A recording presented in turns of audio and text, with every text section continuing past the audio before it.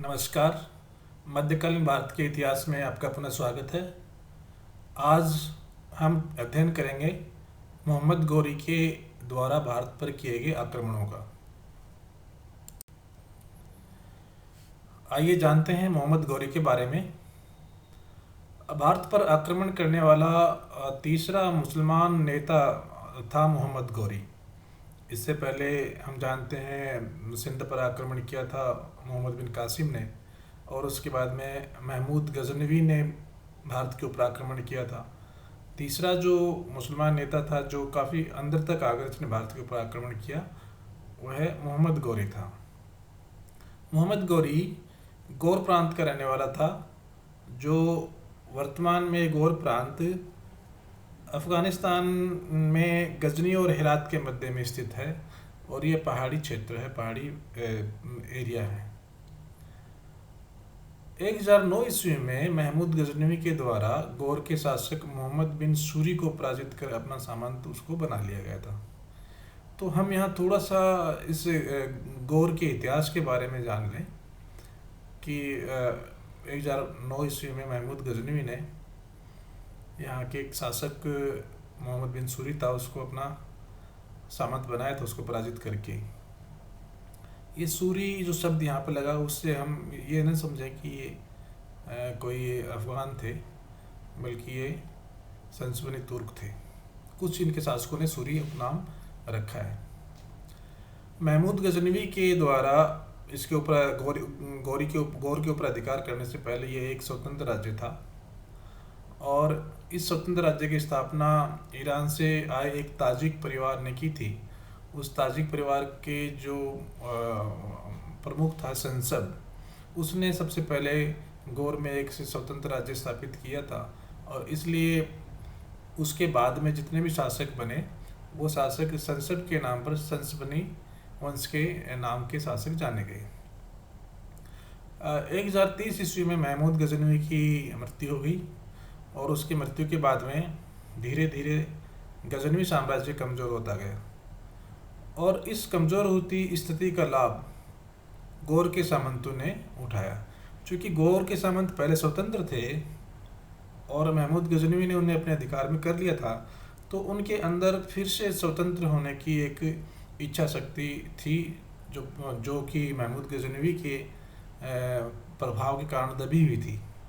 वो पुनः अब जागृत हुई, और उन्होंने गजनवी साम्राज्य के विरुद्ध संघर्ष छेड़ दिया। लगभग 150 वर्षों तक ये संघर्ष चलता रहा, और अंततः एक ऐसा समय आया जब 1173 ईस्वी में गयासुद्दीन गौरी ने गजनी के ऊपर अधिकार कर लिया, और इस प्रकार ये 150 वर्षों का संघर्ष समाप्त हुआ। इससे पहले एक महत्वपूर्ण घटनाक्रम के द्वारा जो गौर के राजकुमार की हत्या कर देने के कारण अलाउद्दीन हसन ने, जो गौर का शासक था, जो उसने गजनी के ऊपर आक्रमण किया और गजनी को जलाकर राख कर दिया था।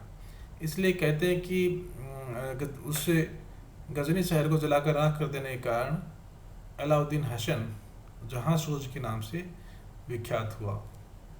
जहांसूज के नाम से विख्यात हुआ। गजनी के ऊपर गयासुद्दीन गौरी ने अधिकार तो कर लिया, परंतु वह उसका खुद शासक नहीं बना, और अपने छोटे भाई जिसका नाम शहाबुद्दीन मोहम्मद गौरी था, उसने गजनी का सूबेदार नियुक्त कर दिया 1133 ईस्वी में। हालांकि शहाबुद्दीन मोहम्मद गौरी प्रतीक रूप में तो गयासुद्दीन गौरी का सामंत था, सूबेदार था, परंतु व्यवहारिक रूप में वह स्वतंत्र शासक की शक्तियों का उपभोग करता था। वह अपने भाई का मान रखता था, उसको सम्मान रखता था, इसलिए वह उसकी इज्जत करता था और उसका आधिपत्य को भी स्वीकार करता था, परंतु प्रैक्टिकल में वह सारे निर्णय स्वयं लेता था, और एक प्रकार से स्वतंत्र शासक की तरह अपने शासन का उपभोग करता था। मोहम्मद गौरी को मुइजुद्दीन मोहम्मद बिन शाम के नाम से भी जाना जाता है। 1206 ईस्वी में जब गौर का शासन खाली हुआ, गयासुद्दीन गौरी मर गया, उसके बाद में गौर का अधिकार भी महमूद गजनी मोहम्मद गौरी के पास चला आया और 1206 ईस्वी में वह गौर का शासक भी बन गया। गौर का शासक बनने के बाद में उसने मुइजुद्दीन की उपाधि धारण की थी।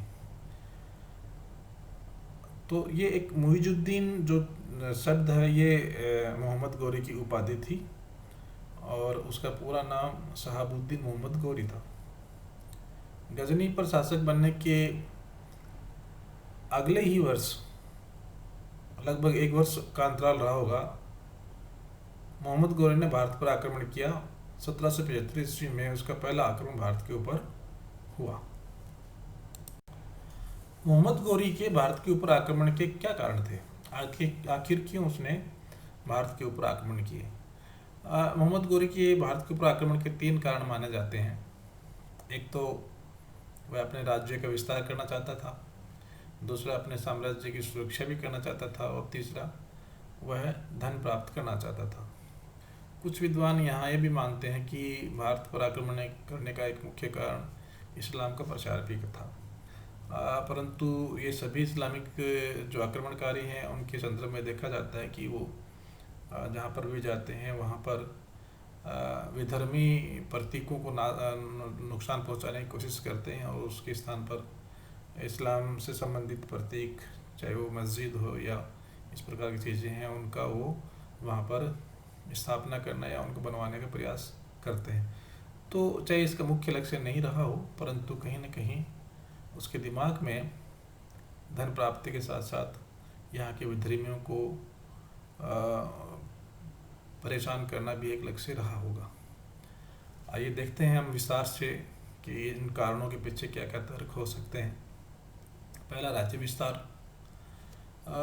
अफगानिस्तान के जिस क्षेत्र में गजनी प्रांत था उसका स्वाभाविक विस्तार उत्तर पश्चिम की तरफ होने की संभावना अधिक रहती है, परंतु मोहम्मद गौरी के समय में उत्तर पश्चिम में ख्वारिज्म के शाह का अधिकार था और ख्वारिज्म का शाह एक शक्तिशाली शासक था। बहुत सारे प्रयास करने के बावजूद भी ख्वारिज्म के शाह को गजनवी गौर के शासक परास्त नहीं कर पाए थे और इस कारण मोहम्मद गौरी को ये लग गया था कि उत्तर पश्चिम में वह साम्राज्य विस्तार करने में सक्षम नहीं है। चूँकि वह एक लड़ाका था, उसके मन में विशाल साम्राज्य की स्थापना का मन था, जो कि एक हर सैनिक के मन में होता है। इसलिए उसने भारत की तरफ अपना साम्राज्य विस्तार करने का विचार किया। ये तर्क काफ़ी हद तक संभव लगता है क्योंकि ख्वारिज्म के शाह के सामने मोहम्मद गौरी की एक भी चाल नहीं चल पाई थी। दूसरा, साम्राज्य की सुरक्षा। चूँकि गौर का प्रांत एक तरफ पंजाब और मुल्तान तथा दूसरी तरफ ख्वारिज्म के शासक के अधिकार के क्षेत्र से घिरा हुआ था और पंजाब पर उस समय गजनवी वंश के खुसरो शाह का अधिकार था। मुल्तान में करमाती संप्रदाय के व्यक्तियों का अधिकार था जो कि शिया धर्मावलंबी माने जाते हैं और जो गौर के शासक थे वो सुन्नी धर्मावलंबी थे। तो इनको वो मुल्तान के शासकों की उनके साथ कोई पटरी ज़्यादा अच्छी बैठती नहीं थी। ये दोनों ही मोहम्मद गौरी के विरोधी थे और ये विरोध ख्वारिज्म शाह के गजनी के ऊपर आक्रमण के समय एक संकट का कारण बन सकता था। इसलिए अपने साम्राज्य की सुरक्षा बनाए रखने के लिए इनके ऊपर अधिकार करना मोहम्मद गौरी के लिए आवश्यक था। एक बात इसमें यह भी ध्यान देने वाली है कि ये दोनों मुल्तान और पंजाब का जो प्रांत थे, इन प्रदेशों के ऊपर महमूद गजनवी का अधिकार था और चूँकि महमूद गजनवी के प्रदेश के ऊपर मोहम्मद गौरी ने अधिकार कर लिया था, इसलिए उसका मानना था कि इन प्रदेशों पर स्वाभाविक रूप से उनका अधिकार है, इसलिए भी वह इन प्रदेशों को अपने अधिकार में करना चाहता था। एक और बड़ा कारण यह माना जाता है धन की प्राप्ति। एक ऐसा कारण था जिसने महमूद गजनवी को या मोहम्मद गौरी को भारत के ऊपर आक्रमण के लिए प्रेरित किया। कहीं न कहीं उसके दिमाग में महमूद गजनवी के आक्रमण रहे होंगे और महमूद गजनवी ने भारत के ऊपर आक्रमण करके अकूत धन लूटा था। और ये किस्से मोहम्मद गौरी के सामने निश्चित रूप से आए होंगे, और इसलिए अपने साम्राज्य की सुरक्षा करने के लिए, साम्राज्य का विस्तार करने के लिए, एक शक्ति सेना की आवश्यकता की पूर्ति करने के लिए उसे बड़ी मात्रा में धन की जरूरत थी, जो वह भारत से पूरा कर सकता था। तो धन की प्राप्ति भी उसके राज्य भारत के ऊपर आक्रमण करने का एक बड़ा कारण रहा होगा। तो मोटे तौर पर हम कह सकते हैं कि राज्य विस्तार और धन की प्राप्ति दो ऐसे कारण थे जिन्होंने मोहम्मद गौरी को भारत पर आक्रमण करने के लिए प्रेरित किया।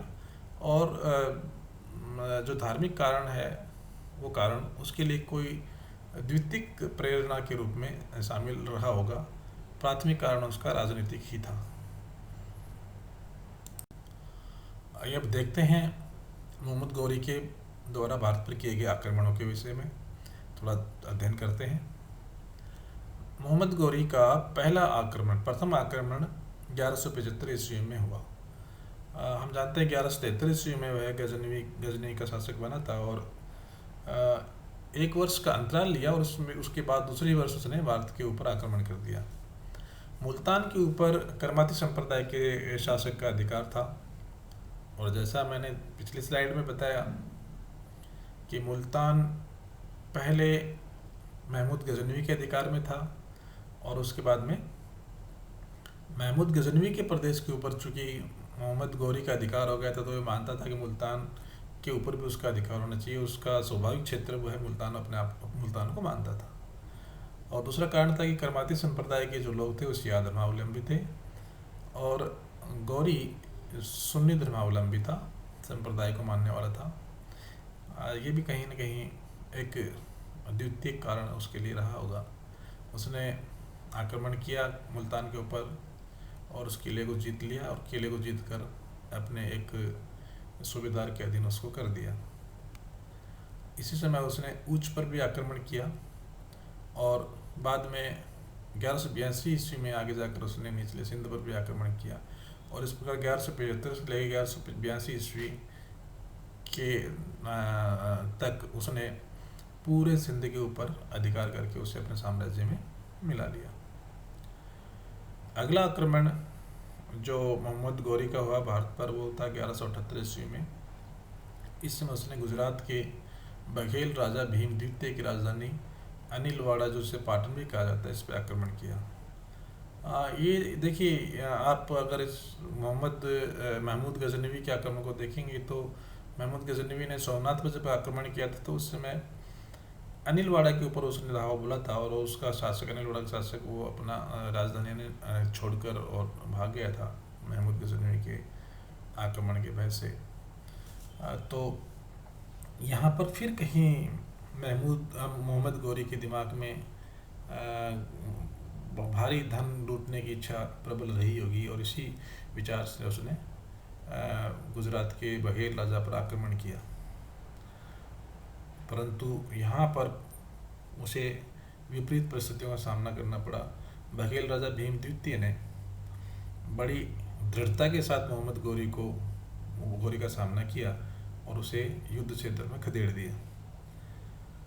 कहा जाता है कि यह आक्रमण मोहम्मद गौरी पे इतना शक्तिशाली और इतना खतरनाक था, इतना भयानक था कि इससे मोहम्मद गौरी इतना भयभीत हुआ कि अगले 20 वर्ष तक उसने कभी गुजरात पे आक्रमण करने का विचार नहीं किया।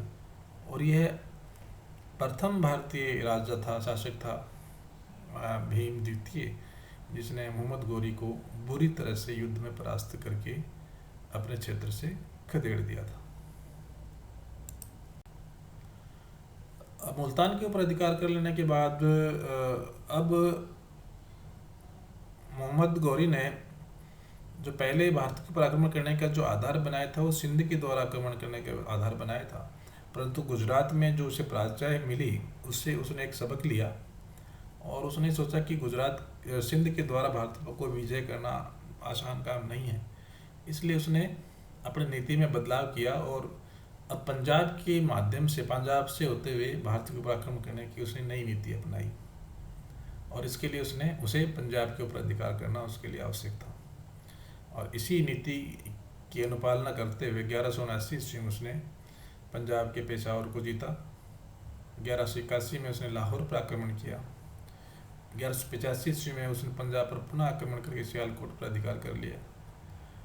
और 1186 ईस्वी में खोखरों की सहायता से पंजाब के गजनवी वंश के शासक खुसरो शाह ने सियालकोट को घेरने का प्रयास किया, परंतु वो परास्त हुआ। मोहम्मद गौरी ने जम्मू के राजा चक्रदेव से मित्रता करके लाहौर का घेरा डाल दिया। चक्रदेव खोखरों का विरोधी था और उसका परिणाम यह हुआ कि चक्रदेव की मित्रता से मोहम्मद गौरी मजबूत हो गया, लाहौर का घेरा डाल दिया। परंतु सैन्य बल से विजयी होता हुआ नहीं देखकर मोहम्मद गौरी ने छल कपट का सहारा लिया और उसने खुसरो शाह को मुलाकात के बहाने अपने खेमे में बुलाया और वहाँ उसको बंदी बना लिया और गजनी भेज दिया, जहाँ पर 1192 ईस्वी में उसकी हत्या कर दी। इस प्रकार से मुल्तान, सिंध और लाहौर गौर साम्राज्य के अंग बन गए। और इन महत्वपूर्ण सैन्य स्थलों के ऊपर अधिकार कर लेने से मोहम्मद गौरी के भारत के ऊपर आक्रमण करने का रास्ता प्रशस्त हो गया। पंजाब के ऊपर अधिकार कर लेने से मोहम्मद गौरी की राज्य की सीमाएं चौहान साम्राज्य की सीमाओं से टकराने लग गई। उस समय चौहान साम्राज्य उत्तर भारत का एक बहुत ही विस्तृत और शक्तिशाली साम्राज्य था, जिसके अधिकार में अजमेर से लेकर दिल्ली से आगपुर तक का पंजाब से लगता हुआ प्रदेश था। मोहम्मद गौरी के जो आक्रमण थे और उसके सैन्य अभियान थे, उन अभियानों को चौहान शासक पृथ्वीराज तृतीय बड़े ध्यान से देख रहा था और उसको ये समझ आ रही थी कि ये मोहम्मद गौरी के जो पंजाब पर आक्रमण हो रहे हैं, धीरे धीरे ये आक्रमण आगे बढ़कर उसके प्रदेश पर भी होंगे। और इसलिए उसने मोहम्मद गौरी के आक्रमणों की संभावना को देखते हुए अपने सीमांत प्रदेश के सैन्य महत्व के जो स्थल थे, हांसी और बठिंडा, इन पर अधिकार कर लिया था। तो यहाँ ध्यान रखने वाली बात है कि मोहम्मद गौरी के जो पंजाब के ऊपर तथा अन्य प्रदेशों पर धावे हो रहे थे, आक्रमण हो रहे थे, उसने पृथ्वीराज चौहान को भी सचेत कर दिया था। और इसी लिए उसने मोहम्मद गौरी का सामना करने के लिए कुछ सैन्य योजनाएं बनाई थी। उसी के परिणाम स्वरूप उसने हांसी और बठिंडा के ऊपर अधिकार किया था, जो कि चौहान साम्राज्य के सीमांत प्रदेश थे। मोहम्मद गौरी ने भारत पर आक्रमण करने के लिए सबसे पहले चौहान साम्राज्य पर आक्रमण करने के लिए सबसे पहले बठिंडा पर आक्रमण किया। 1189 ईस्वी में उसने किले को घेर लिया और जीत लिया। किले को अपने एक सूबेदार के अधीन कर दिया। मोहम्मद गौरी बठिंडा जीतकर वापस जाने ही वाला था कि उसी समय पृथ्वीराज चौहान अपनी सेना के साथ बठिंडा पहुंच गया और दोनों की सेनाएं बठिंडा के निकट स्थित तराइन नामक स्थान पर आमने सामने डट गई। और 1191 ईस्वी में दोनों सेनाओं के मध्य पृथ्वीराज चौहान यानी पृथ्वीराज तृतीय और मोहम्मद गौरी की सेनाओं के मध्य तराइन के मैदान में युद्ध लड़ा गया। 1191 ईस्वी में, जो तराइन के प्रथम युद्ध के नाम से प्रसिद्ध है। इस युद्ध में पृथ्वीराज चौहान ने मोहम्मद गौरी को बुरी तरह से परास्त किया और इतनी क्षति उसने मोहम्मद गौरी की सेना को पहुंचाई कि स्वयं मोहम्मद गौरी बड़ी मुश्किल से अपनी जान बचाकर भाग सका। और इस प्रकार मोहम्मद गौरी इस युद्ध में बुरी तरह से परास्त हुआ। इस युद्ध में पृथ्वीराज चौहान की तरफ से उसके सेनापति खांडे राव ने बड़ी वीरता का प्रदर्शन किया था और मोहम्मद गौरी को पराजित करने में उसकी बड़ी भूमिका थी। हालांकि पृथ्वीराज चौहान ने मोहम्मद गौरी की सेना को तो परास्त कर दिया, मोहम्मद गौरी को वहाँ से भागने के लिए मजबूर कर दिया, परंतु उसने जब बठिंडा के किले को जीतने का प्रयास किया तो वह उससे बहुत आसानी से जीत नहीं सका। और लगभग 11 महीने उसे बठिंडा के किले से बाहर मोहम्मद गौरी के सिपहसालार ने रखा। तो ये पृथ्वीराज चौहान की कुछ कमी थी। किस कारण से बठिंडा को अपने अधिकार में तुरंत नहीं कर पाया, क्योंकि बठिंडा उस समय पृथ्वीराज चौहान के लिए मोहम्मद गौरी को रोकने का बहुत महत्वपूर्ण स्थल हो सकता था। और इसी प्रकार यदि तत्काल ही बठिंडा के ऊपर वह अधिकार कर लेता तो वहाँ पर वह अपनी सैन्य शक्ति को और ज़्यादा सुदृढ़ कर सकता था। परंतु लंबे समय तक बठिंडा के ऊपर अधिकार नहीं कर पाने के कारण पृथ्वीराज चौहान वहाँ पर अपनी सैन्य दल को ज़्यादा मजबूत नहीं कर पाया और अगले ही वर्ष उसे पुनः मोहम्मद गौरी के आक्रमण का सामना करना पड़ा। फिर से तराइन के मैदान में दोनों सेनाएं आमने सामने जुटी और वह युद्ध तराइन के द्वितीय युद्ध के नाम से जाना जाता है। अगले चैप्टर में हम तराइन के द्वितीय युद्ध से शुरू करते हैं मोहम्मद गौरी के भारत पर अन्य आक्रमणों का अध्ययन करेंगे। आशा है यहाँ तक हम मोहम्मद गौरी के भारत पर आक्रमण के कारणों को, मोहम्मद गौरी और गौर प्रदेश और गजनी प्रदेश को, और किस प्रकार उसने भारत पर आक्रमण किए, उनकी शुरुआत हमने समझी होगी। बहुत बहुत धन्यवाद।